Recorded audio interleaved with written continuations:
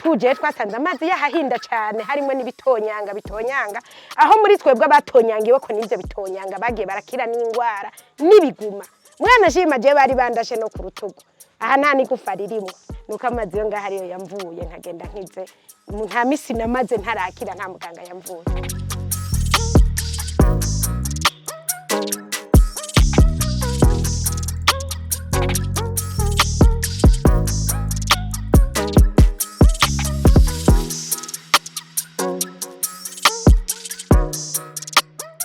Mwaka w'igihumbi n'amajana icenda mirongo umunani na gatanu naraduze kubera je narakoreye Bujumbura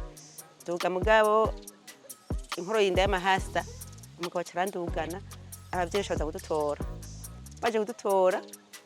hanyuma mama wanje araza avuye igishuri baca bavuga ngo burya hanyuma hajya hepfo ngo harisenga ico ugiye gusabayo cose n'Imana ikiguha cyo rero turahindana mama ati reka tuzakora iryo senga mugo umugabo wanje ambwira ati uraraba neza ntagikina kuza kuvuga nize kuvuga abo bavyeyi bo hambere bakuze twe ntagikina kuza kuvuga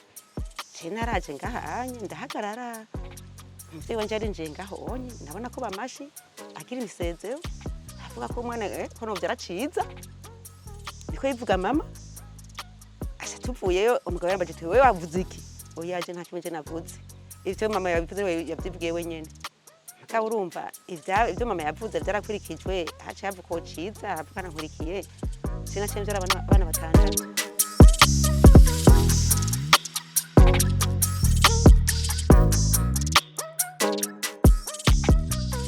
Hari muri 98 nibwo ico gihe haduka intambara y'igisirikare hadutse inkoho zizananye hejuru mu ndege ukuvuga rero abo basirikare bo hejuru barasa abo hasi iyo ntambara iraduka nuko twese turasanzara hari umutama twahasanze hasi yaho hasi aho bita mu rukoki ni ngaho imbere gato hajya niwe yatubwiye ariko nubwo mujino nta kuntu nakumwe dufise dushobora kuba twobabika je mujya musozi ujya niwo urimo iryo senga twese abantu bose baje ahantu twagiye bazima urugamba turabandanya turumarira ibuga wa kumoso twese twavuye hadukomeye.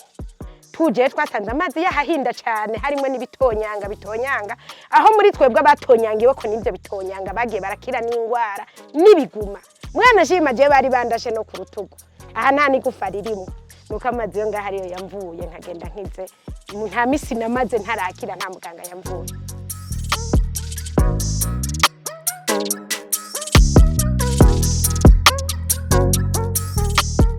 Isenga rero ni kubisanzwe ikintu kiri nico cishangije gukora ahantu hatabutaraboneka n'ahantu haba huguruye abantu bashobora kwinjiramwo bashobora nko kwinyegezamwo haranateye n'ubwoba isenga harateye n'ubwoba amasenga menshi usanga anateye ubwoba kuko ntumenye iyo hagarukira kubera ico rero amasenga ngaho iwacu hari atari make atari make tuvuge irizi rwose ry'ibuye rya inangurire hagati ya Kayanza na Bukeye hariho rero n'ayandi ikibi nuko tutabirondeye ngo tuvyegeranye tubimenye hose aho biri urumva mugabo n'ukubera uko hameze kubera ko hameze nico gituma baca baha icubahiro n'igiciro kitameze nk'ahandi. Haraho usanga nko mw'isenga hariyo n'amazi amima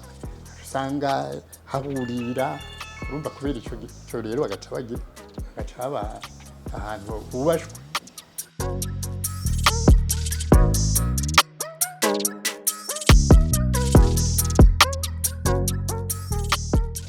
Hajya ibyo gusenga n'ibyo kwemera biragoye kuko umuntu arashobora kwemera tuvuga imana y'abakirisu mugabo atarava ku mana z'abarundi no ku mana y'abakirisu usanga yemera ibintu byinshi bitandukanye ugasanga hari aho kumburana narengera yuko ko dusenga imana imwe rudende ugasanga ashiraho n'utundi tumana cyangwa n'ibindi bintu ashira imbere ni gusenga biragoye. Ni ukuvuga rero n'abarya yambara ishapure agasubira akaja gusenga ivyo hajya byose we warabifitiye ukuntu abishyira hamwe bikamufasha.